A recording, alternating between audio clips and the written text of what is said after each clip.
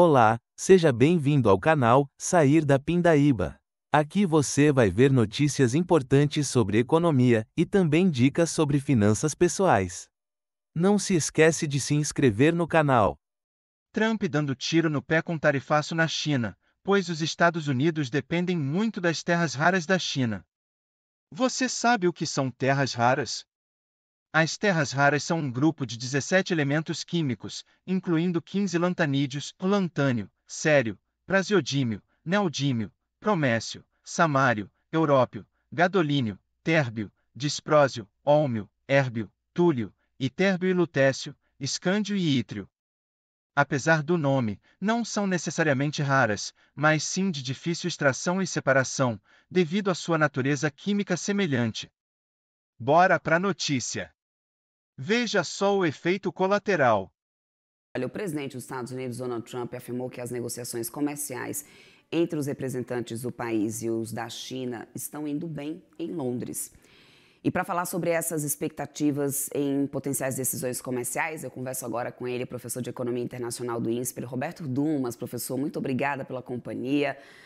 Nessa terça-feira, um ótimo dia para você. Bom dia, Débora. Sempre um prazer estar com você e com a Cindy Money. Professor, vamos lá, né? Eu já quero trazer um pouco desse contexto geral dessas conversas que estão acontecendo agora, né? Que marcam, aparentemente, marcam um esforço para poder reduzir um pouco essa escalada, né, dessas tensões comerciais entre os dois países. Mas qual que é a avaliação inicial que você faz sobre esses sinais, né, que vêm dessa primeira rodada de negociação que a gente teve nessa segunda-feira? E eu te pergunto isso porque não faz muito tempo que a gente tinha Donald Trump dizendo que era muito difícil fazer qualquer tipo de acordo com a China, enfim. Ele gostava muito do Xi Jinping, mas dizendo que era muito difícil fazer qualquer tipo de acordo com a China. Ontem ele já falou que as negociações estavam indo bem. Houve algum avanço concreto ou ainda predomina discurso político nessa história, né? Estratégia de negociação nessa história toda, professor? Já existe, obviamente, a estratégia de negociação, mas provavelmente o que eles estão discutindo em Londres agora não é um acordo enorme de reduzir tarifa de um lado para o outro. Provavelmente você tem dois eixos aí, dois pontos cruciais. Um são relacionados a terras raras e a exportação de microchip de última geração para os chineses vindo dos Estados Unidos. O problema das terras raras é que você, desde maio, já tem fábrica de autopeças e veículos americanos esperando. E quando a gente fala terra rara, ela não é tão rara assim, são mais ou menos 17 elementos químicos, lítio, vanádio, cobalto, níquel, platino e nióbio, que é usado em vários setores macroeconômicos, microeconômicos, como celulares, TVs, computadores, turbinas eólicas, aparelhos de imagem, bateria e defesa.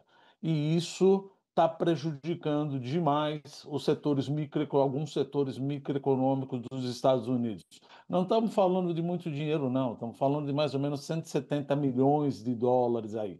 Mas isso daqui, como já comentou uma vez um comentarista, isso é uma vitamina para a economia norte-americana. Sem essas terras raras, esses setores acabam suscitando uma pequena pausa e prejudicando a economia. Do outro lado, é provável que os chineses deixem de restringir um pouco essa exportação de terras raras, dado que eles são responsáveis por 70% da produção mundial, e desde que os Estados Unidos liberem a exportação de chip de última geração, que justamente é utilizado para a defesa militar dos chineses. Então, eu acho que a conversa em Londres rola muito mais nesse sentido, de a disputa entre exportação de terras raras da China para os Estados Unidos e liberação de chips de última geração dos Estados Unidos para a China. Não vai ser fácil, porque os chineses pegaram no tendão de Aquiles dos Estados Unidos. Falou, olha, não é muito valor, mas sem essas terras raras fica muito complicado vários setores da tua economia se mexer. Por isso que Xi Jinping fala que os chineses não são fáceis. E não são fáceis mesmo. Veja, você colocou uma tarifa de 125 e depois foi para 145, o chinês desde 2024 falou, olha, já que você vai colocar tarifa, eu vou pegar justamente no teu tendão de Aquiles, que é nas partes de terras raras. O valor não é alto, 170 milhões, mas o monopólio total da exportação disso daí chega a ser da China. Mas o Brasil? Não, o Brasil vendeu 20 toneladas, ou seja, 20 mil quilos. Isso praticamente é nada comparado com os 270 mil toneladas que a China vendeu para os Estados Unidos em 2024. Então, eu acho que é uma, entre aspas, obviamente, que é uma reunião, mas não é uma reunião ainda para decidir, na minha opinião, se Uhum. vai baixar de 30% para 10% de um lado para o outro, Débora. Eu acho que é muito mais em terras raras e chip de alta geração. Uhum. Bom, mas pelo que eu posso entender da tua explicação, professor, então os Estados Unidos acaba hoje sendo muito mais dependente da China nessa situação de terras raras do que vice-versa, do que ao contrário, ou seja, isso justifica inclusive o interesse do próprio Donald Trump ter ligado ali para Xi Jinping, porque disseram que ou seja, a repercussão foi de que partiu realmente dos Estados Unidos essa ligação. E até que ponto, então, a gente pode, nesse momento, avaliar como realista essa ideia e esse objetivo dos Estados Unidos de se tornar autossuficiente, autoprodutor, já que existe essa dependência tão grande, principalmente em questões de terras raras, que, lembro, não é só na China que Trump tenta a negociação, na Ucrânia, recentemente, isso também foi utilizado como moeda de negócio, né? Veja, para você ser autossuficiente, que nem eu falei, terras raras não são raras na Uhum, realidade. É o processo de produção e implantação, demora sim. de 5 a 10 anos. Então, se você entrou na briga e ainda vai esperar 5 a 10 anos para ser autossuficiente, fica problemático essa situação aí. Agora, por que que Trump ligou primeiro para os chineses? Bom, na minha experiência parca de China que eu tenho, apesar de ter morado lá, é o seguinte: o chinês dificilmente iria ligar para Trump, porque ele não queria perder a face, que é a cultura do chinês, o Mianzhe, a face. E dado que quem começou a guerra comercial foram os Estados Unidos, era importante, perante a cultura chinesa confucionista, que Trump oferecesse a face para o Xi Jinping, ligando primeiro e oferecendo uma oportunidade de negociação. Então, também tem o lado da terras raras, mas tem o lado muito cultural aí, de que quem atacou primeiro foram os Estados Unidos, e dado que você prejudicou a face de Xi Jinping frente ao fôlego político que ele tem no Partido Comunista Chinês, viesse esse telefonema inicialmente de Trump e não de Xi Jinping. E aí vamos conversar. Se a gente fosse esperar que a China ligasse para os Estados Unidos, dada essa cultura e dada essa dependência de terras raras, Donald Trump percebeu. Porque também tem uma coisa: fôlego político todo mundo tem. Depende quem tem mais, quem tem menos. Uhum, Os Estados Unidos, quer queira, a despeito dessa intervenção aí em Los Angeles, é uma democracia. Mas uhum, tem muita gente já desembarcando do mercado, ou seja, desembarcando do governo do republicano.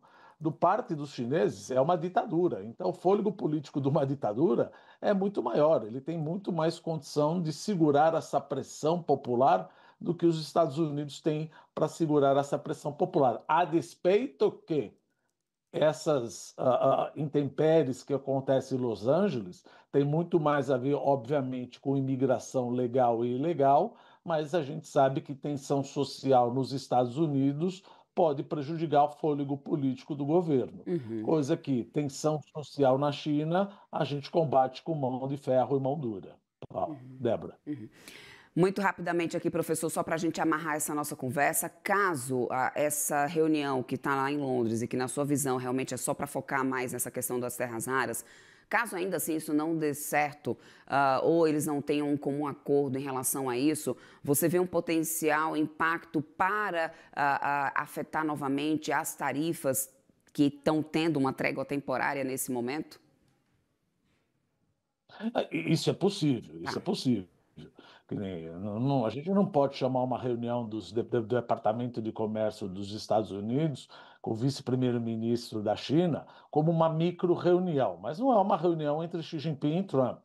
Então, se por acaso não chegarem numa conclusão em relação à exportação de terras raras e exportação de chip de última geração, provavelmente Trump vai voltar com alguma escalonamento de tarifas em relação às importações chinesas. Ou seja, voltamos à estaca não zero, mas a estaca 1. Estava indo bem, estava indo num 30 com 10%, porque vamos combinar, 125% isso não é tarifa, isso é um embargo. Então, de 125% para 30% houve uma evolução. Mas se não ocorrer uma evolução agora em Londres, olhos atentos para Londres agora, Trump pode responder à altura e querer voltar a subir as tarifas, e isso vai prejudicar de novo. Ou seja, o cenário de incerteza que a gente sempre fala aqui na CNN Money, risco não tem problema, risco a gente corre. O problema é incerteza. Você fala de 30 para 40, prejudica toda a economia mundial, Débora. Verdade, professor. Quero muito agradecer sua participação aqui conosco, professor. Sempre ótimos pontos, ótimas análises. Começamos com o professor de Economia Internacional do INSPER, Roberto Dumas. Professor, até uma próxima ótima terça aí para você. Obrigado, Débora. Um grande abraço. Até mais. Tchau, tchau. Não se esquece de se inscrever no canal.